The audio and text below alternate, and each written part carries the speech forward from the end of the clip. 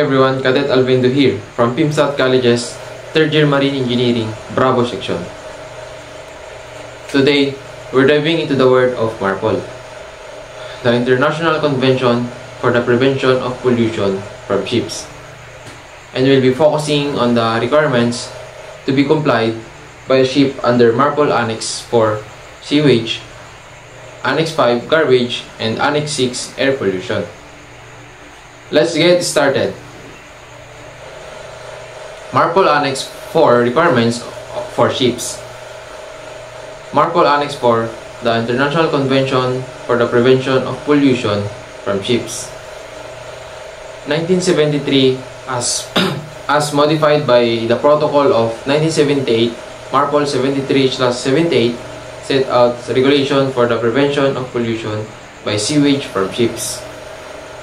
Sewage discharge regulations. Annex 4 prohibits the discharge of sewage into the sea, except under specific conditions. First is the comminuted and disinfected sewage.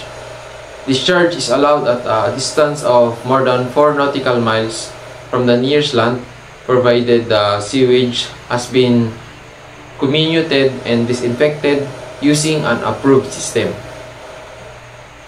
Next is the untreated sewage.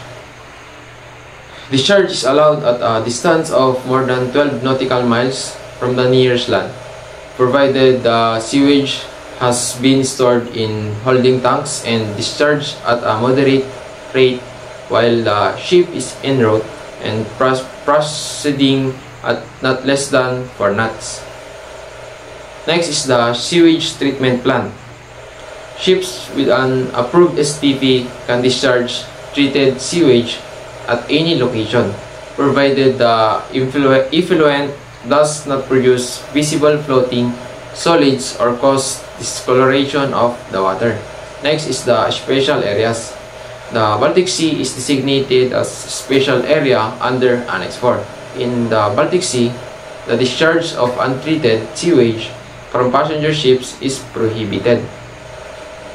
So, we are going back to the equipment requirements.